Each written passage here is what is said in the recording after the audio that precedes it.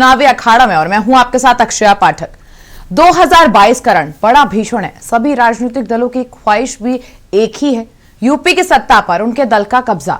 आज का दिन भी सियासी हलचल से भरा रहा तो किसी के लिए राहत भरा रहा। दिल्ली से सटी सीमाओं पर किसानों की भीड़ नहीं दिखेगी क्योंकि किसानों ने जश्न मनाकर घर वापसी कर ली है। तो वहीं दूसरी ओर सूबे में जमकर वार और पलटवार का खेल जारी रहा। एक तरफ जहां पूर्वांचल में पीएम मोदी ने सरयू प्रोजेक्ट का उद्घाटन कर अखिलेश पर वार किया, तो वहीं अखिलेश यादव ने भी पलटवार कर भाजपा पर आरोप लगाए। वहीं पश्चिम यूपी में जेपी नड्डा ने भी सपा पर जमकर हमला बोला। तो वहीं सपा मुखिया ने एक बार फिर दोहराया कि सीटें फुल हैं, लेकिन दिल्ली से कोई आएगा तो उसका स्वागत है। कहीं ना कहीं अखिलेश का इशारा अनुप्रिया पटेल की ओर था। तो शुरू करते अपने खास चुनावी कार्यक्रम चुनावी अखाड़ा और देखिए खास पेशकश।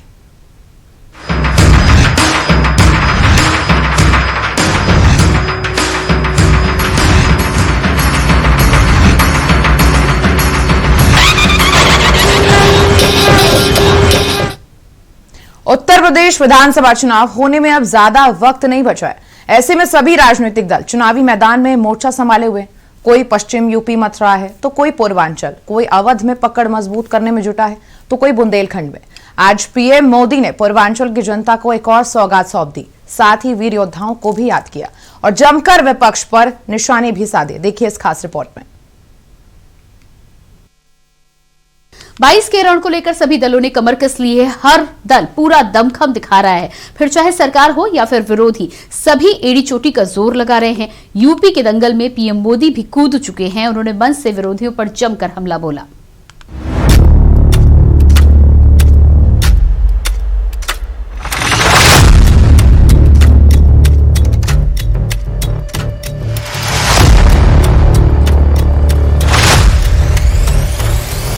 बाईस के रण में भाजपा 2017 चुनाव का इतिहास दोहराना चाहती है। इसके लिए भाजपा हर संभव कोशिश भी कर रही है।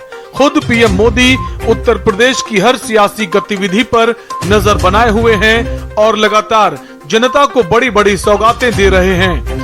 इसी क्रम में आज प्रधानमंत्री नरेंद्र मोदी उत्तर प्रदेश के बलरामपुर पहुंचे। यहां उन्होंने 9800 करोड़ रुपए की लागत से तैयार सरयू नहर राष्ट्रीय परियोजना का उद्घाटन किया।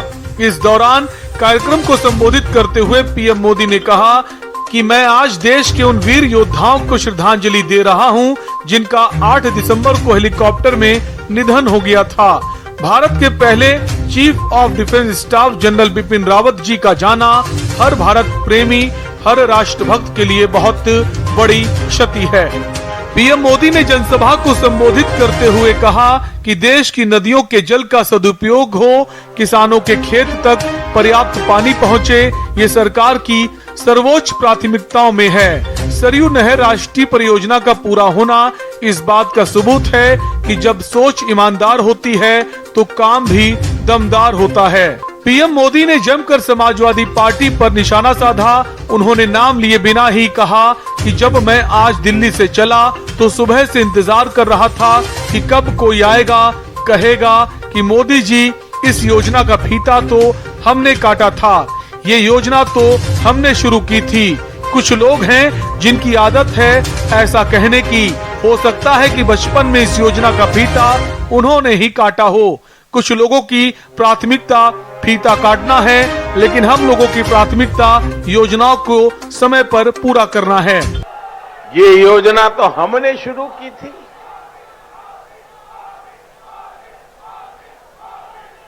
कुछ लोग हैं जिनकी आदत है ऐसा कहने की। हो सकता है बचपन में इस योजना का फीता भी उन्होंने ही काटा हो।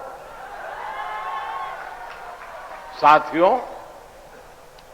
कुछ लोगों की प्राथमिकता फीता काटना है,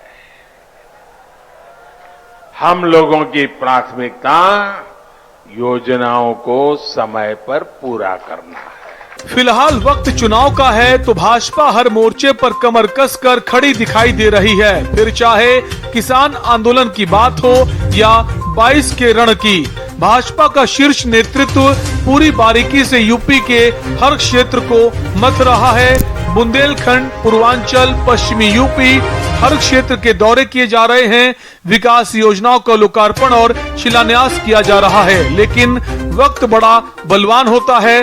अब ये तो वक्त ही बताएगा कि वोट रूपी गेंद किस ताले में जाकर गिरेगी। इलेक्शन डेस्क के न्यूज इंडिया। उत्तर प्रदेश में सियासी घमासान अब 7वें आसमान पर पहुंच चुका है। राजनीतिक दलों के दिग्गज एक दूसरे पर वार पलटवार करने में जुटे हुए हैं और इस बार वार पलटवार के खेल में सत्ताधारी भाजपा और सपा आमने सामने आ गई हैं। जहां एक और भाजपा लगातार योजनाओं का उद्घाटन करने में जुटी है और खुद की सरकार का काम बताकर विपक्ष को घेर रही है, तो वहीं सपा उन योजनाओं को अपनी सरकार की बताकर घेराबंदी करने में जुटी हुई है। देखिए क्या है वार पलटवार का मुद्दा इस खास रिपोर्ट में। भारत माता की, भारत माता की, वंदे वंदे वंदे। यूपी में अगले साल होने वाले विधानसभा चुनाव को लेकर राजनीतिक पार्टियों में घमासान तेज होता जा रहा है। कभी जिन्ना पर सियासत होती है तो कभी बुलडोजर पर, तो कभी लाल टोपी निशाने पर आ जाती है और अब लखनऊ का फीता और दिल्ली की कैंची सियासी सुर्खियां बटोर रही है। पीएम नरेंद्र मोदी ने बलरामपुर में सरयू नहर राष्ट्रीय परियोजना का उद्घाटन करते हुए विपक्षी पार्टियों पर जमकर व्यंग के तीर छोड़े, तो वहीं अखिलेश ने भी उन तीरों को रोकने के लिए व्यंग्यात्मक पलटवार किया। बता दें कि बलरामपुर पहुंचे पीएम मोदी ने जहां एक ओर सरयू नहर राष्ट्रीय परियोजना का उद्घाटन किया, तो वहीं दूसरी ओर जमकर विपक्षी दल समाजवादी पार्टी पर निशाना साधा। पीएम ने सपा प्रमुख अखिलेश यादव पर भी तंज कसते हुए कहा कि वे आज सुबह से इंतजार कर रहे थे कि कोई क्यों नहीं बोला कि इसका फीता भी हमने काटा है। ये योजना तो हमने शुरू की थी।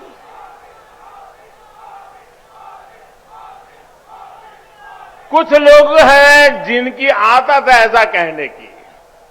हो सकता है बचपन में इस योजना का फीता भी उन्होंने ही काटा हो।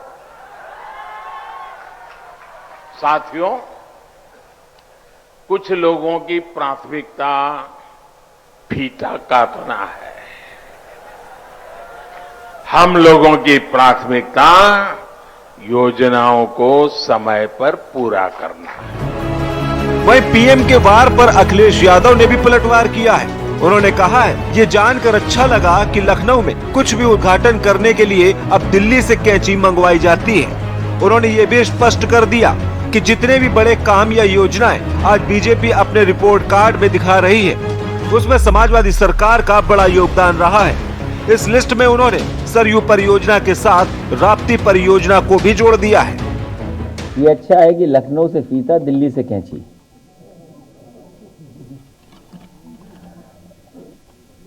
सरयू परियोजना, मुझे खुशी है इस बात की कि जो अभी तक विकास के कार्यों का उद्घाटन हुआ है उसमें बड़े पैमाने पर समाजवादी सरकार का योगदान है। समाजवादी सरकार में वो कार्य आगे बढ़ाए गए। कम से कम सरकार ये डिनाई नहीं कर पाई कि हाँ 2012 से लेकर के 2017 तक सरयू परियोजना पे काम नहीं हुआ। जो वर्षों से सरयू परियोजना रुकी हुई थी, अगर उस परियोजना को आगे बढ़ाने का काम अगर किसी सरकार में हुआ है तो समाजवादी सरकार में 12 से 17 और इसके साथ साथ राप्ती परियोजना को भी आगे बढ़ाने का काम समाजवादी सरकार में हुआ। वैसे यूपी चुनाव में समाजवादी पार्टी ने एक बड़ा मुद्दा बना रखा है। जब पूर्वांचल एक्सप्रेसवे का उद्घाटन किया गया तब भी समाजवादी पार्टी ने दावा किया कि इस प्रोजेक्ट को पूरा करने वाली उनकी पार्टी रही है, इसका श्रेय भी उन्हीं को जाना चाहिए। तब अखिलेश यादव ने भी अपने कुछ कार्यकर्ताओं संग दूसरी जगह उस प्रोजेक्ट का पीएम मोदी से पहले लोकार्पण भी कर दिया था।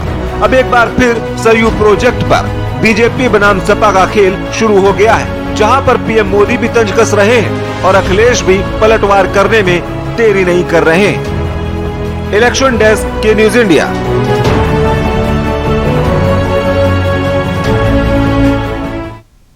यहां एक छोटे से ब्रेक के लिए रुकेंगे और आगे आपको और सियासी हलचल बताएंगे।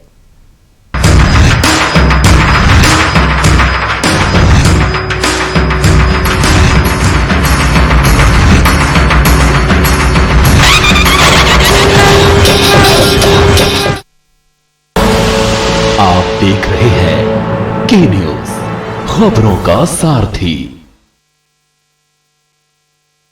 ਆ ਕਰੋਨਾ ਮਹਾਮਾਰੀ ਸਾਡਾ ਸਭ ਕੁਝ ਖੋ ਕੇ ਲੈ ਗਈ।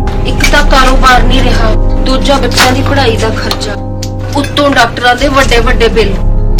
ਆ ਇੱਕ ਮਕਾਨ ਹੈ, ਉਹ ਵੀ ਲਾ ਡੋਰੇ ਦੇ ਅੰਦਰ, ਨਾ ਇਹਨੂੰ ਵੇਚ ਸਕੀਏ ਨਾ ਇਹਦੇ ਤੇ ਲੋਨ ਲੈ ਸਕੀਏ। ਮੇਰਾ ਤਾਂ ਜੀ ਕਰਦਾ ਬਸ ऐसी और एक स्कीम लेके आए हैं, मेरा घर मेरे नाम। डाल लैंड के अंदर जिन्ने डोरे दे घर पैंदे हैं, चाहे वो किसी का है, वो घर ਤੁਹਾਡੇ नाम करके दे देना है। ਸਾਡਾ ਮਕਾਨ ਸਾਡਾ ਹੋ ਗਿਆ।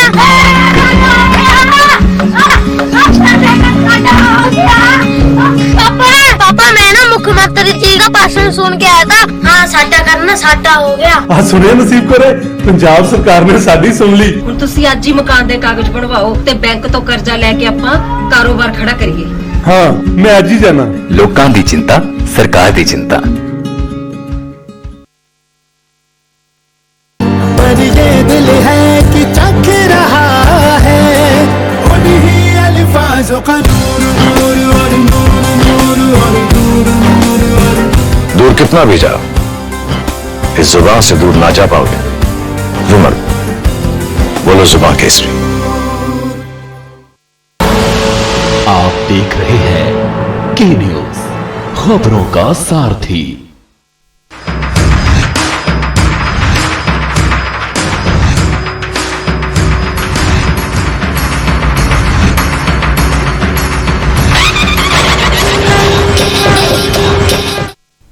ब्रेक के बाद आपका स्वागत है। सूबे का सियासी पारा हाई है, आगे तो अभी बहुत लड़ाई बाकी है। जी हां, हम बात कर रहे हैं यूपी के सियासी रण की। चुनाव जैसे जैसे नजदीक आ रहा है, वैसे वैसे छोटे दलों में अपना रंग देखने को मिल रहा है। ऐसे ही कुछ देखने को मिल रहा है बीजेपी में और अपने दल में, जहां एक तरफ ये कहा जा रहा है कि सब ठीक है, तो दूसरी तरफ हवा ये भी उड़ाई जा रही है कि अनुप्रिया सपा के साथ जा रही है। आखिर क्या है अनुप्रिया की प्रेशर पॉलिटिक्स, दिखाते हैं इस रिपोर्ट में। यूपी की सियासत में शुरू हुआ प्रेशर पॉलिटिक्स का खेल।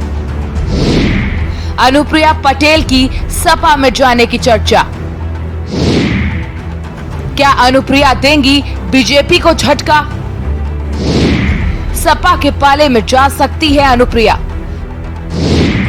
राजनीति में कोई दुश्मन नहीं होता, छोटे दल बने मौसम वैज्ञानिक, भाप रहे हैं सियासत की नब्ज। अनुप्रिया का प्रेशर पॉलिटिक्स।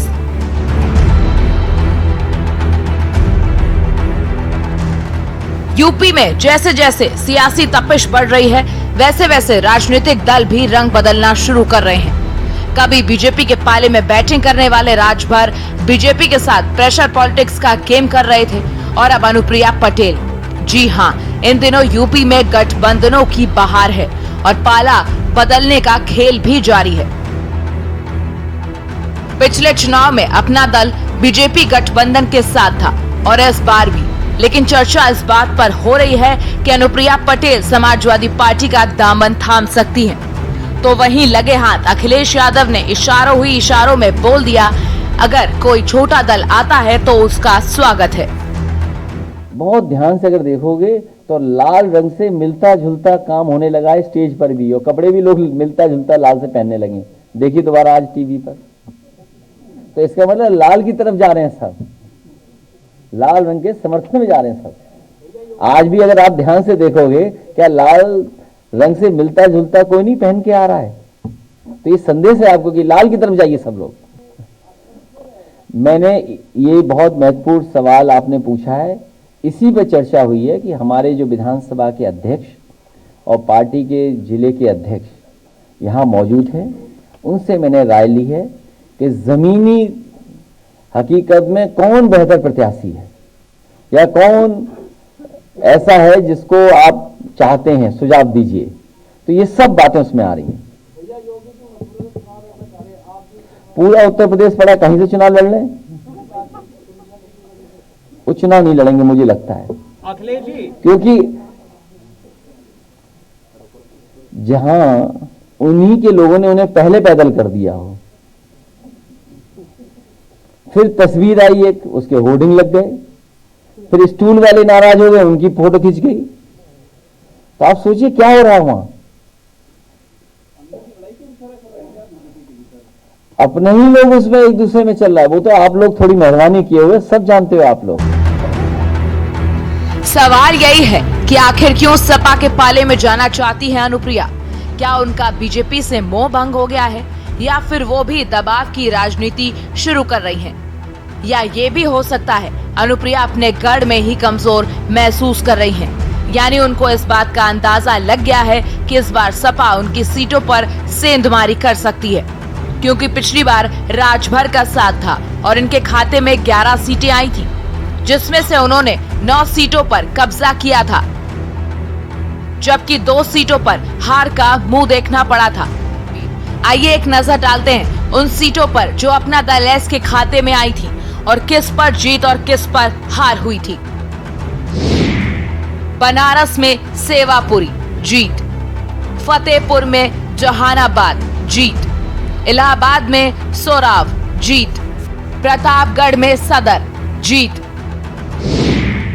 विश्वनाथगंज जीत, बस्ती के शौरतगढ़ जीत, सोनभद्र के दुधी जीत, जौनपुर के मडियाहू जीत, मिर्जापुर के छानबे जीत, इलाहाबाद की हंडिया हार, इलाहाबाद की प्रतापपुर हार। तो वहीं दूसरी तरफ अपना दल कैमरावादी की कृष्णा पटेल भी अखिलेश के साथ ही हैं। उन्होंने कहा था कि विचारों का मेल खाता है, तभी सपा के साथ गठबंधन हुआ है। सपा एक भी सीट ना दे तब भी यह गठबंधन जारी रहेगा।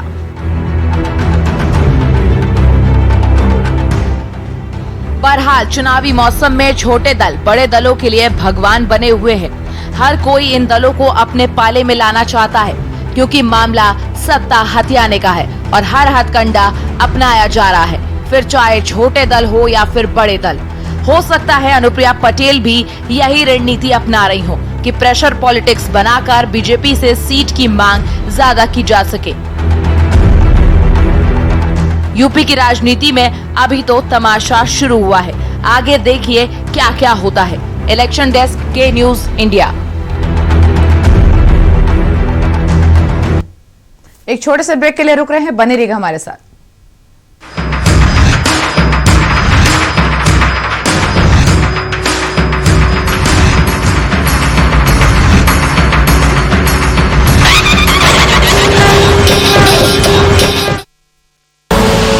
आप देख रहे हैं के न्यूज, खबरों का सारथी। 100 करोड़ वैक्सीन डोज, ये केवल एक आंकड़ा नहीं है, ये देश के सामर्थ्य का प्रतिबिंब है। मेरा योगदान देश को हर चुनौती का सामना करने की हिम्मत दे रहा है। मेरा योगदान देश के हर गांव को उन्नति का प्रतीक बना रहा है। हम सबका योगदान भारत के तेज विकास की मजबूत नींव रख रहा है। आप भी दें देश के विकास में अपना योगदान। अपने अग्रिम कर की तीसरी किस्त यानी 75% 15 दिसंबर 2021 तक जमा करके वे कंपनी, कॉर्पोरेट, सैलरीड एम्प्लॉइज या वे व्यक्ति जिनकी कर देनदारी TDS या TCS काटने के बाद 10,000 रूपए या उससे अधिक है, तो फिर उनको भी एडवांस टैक्स देना आवश्यक है। प्रत्येक आय करदाता एक राष्ट्र निर्माता। आयकर विभाग द्वारा जनहित में जारी। जुबान के लिए उड़ चला गैरों की ज़मीं पर, खुशबू अपने पन की ढूंढता। दूर कितना भी जाओ, इस जुबान से दूर ना जा पाओगे। विमल, बोलो जुबान केसरी। उत्तर प्रदेश सरकार कोविड-19 के संक्रमण से मृतकों के आश्रितों को 50,000 रुपए की अनुग्रह राशि प्रदान कर रही है। अनुग्रह सहायता राशि के लिए आश्रित अपने जिले के कलेक्ट्रेट स्थित कार्यालय में ऑफलाइन या राहत आयुक्त कार्यालय की वेबसाइट rahat.up.nic.in पर ऑनलाइन आवेदन कर सकते हैं। आश्रित कोविड से मृत्यु का प्रमाण, मृत्यु प्रमाण पत्र और बैंक पासबुक की कॉपी के साथ आवेदन कर सकता है। अधिक जानकारी के लिए rahat.up.nic.in पर लॉगिन करें या राज्य स्तरीय राहत कंट्रोल रूम हेल्पलाइन 1070 पर कॉल करें। हर मुश्किल में साथ, संवेदनशील सरकार। आप देख रहे हैं की न्यूज, खबरों का सारथी।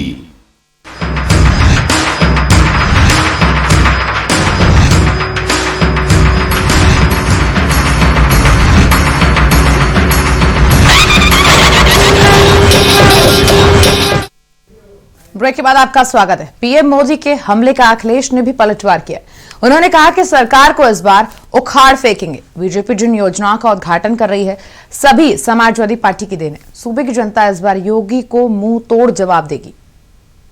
उत्तर प्रदेश विधानसभा नजदीक है, ऐसे में भाजपा के दिग्गजों के प्रदेश के जिलों में दौरे पर दौरे हो रहे हैं। कोई पूर्वांचल में तो कोई पश्चिम में। आज जहां पीएम मोदी ने फिर से पूर्वांचल में बड़ी परियोजनाओं का उद्घाटन किया, तो वहीं पश्चिम यूपी में भाजपा के राष्ट्रीय अध्यक्ष जेपी नड्डा ने बूथ अध्यक्ष सम्मेलन के कार्यक्रम के चुनाव के जरिए रणनीति को धार दी। देखिए इस खास रिपोर्ट में।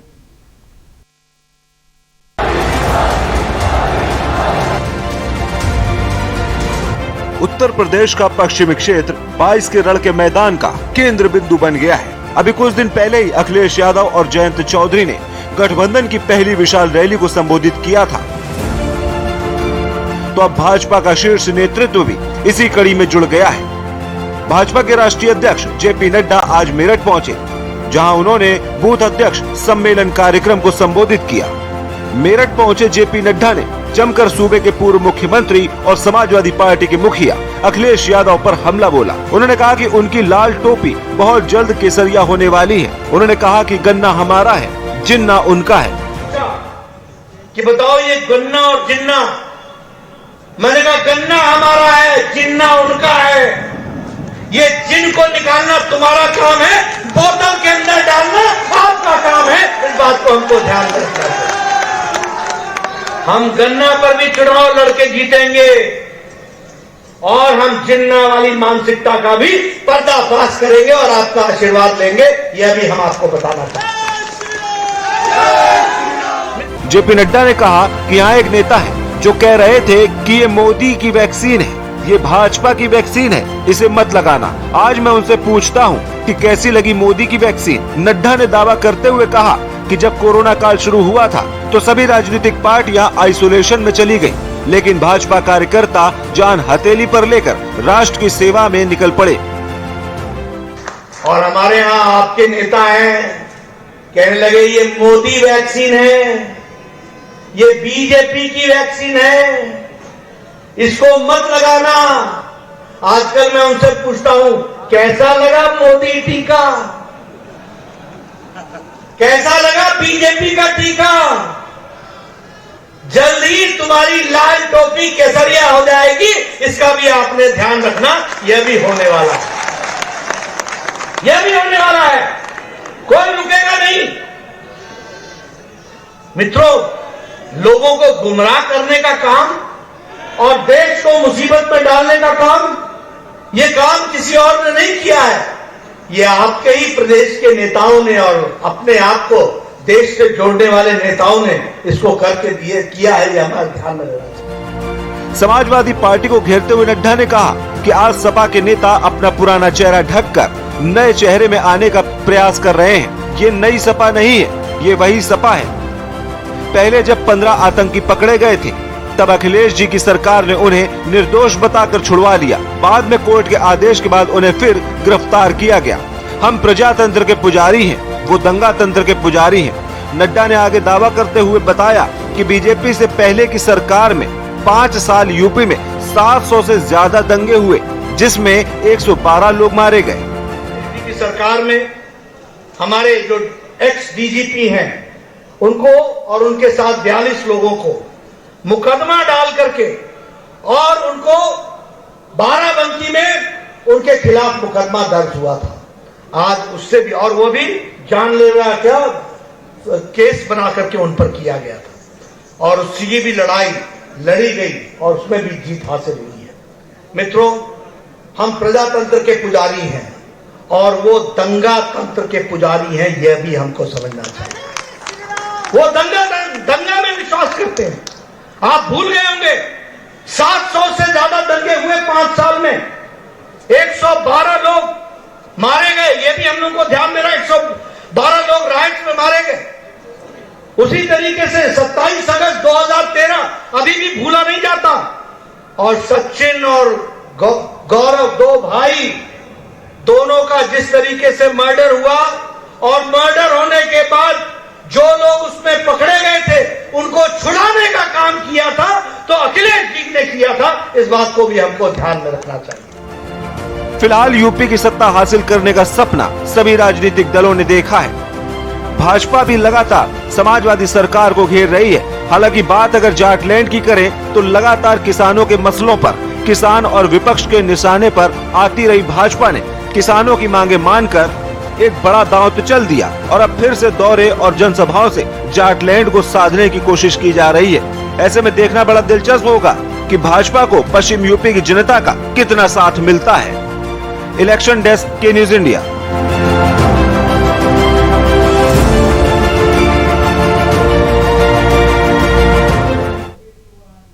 तो भी आपने देखा उत्तर प्रदेश का सियासी था। फिलहाल चुनावी अखाड़े में मेरे साथ इतना ही। आगे की खबरों के लिए बने रहेगा के न्यूज इंडिया के साथ। नमस्कार।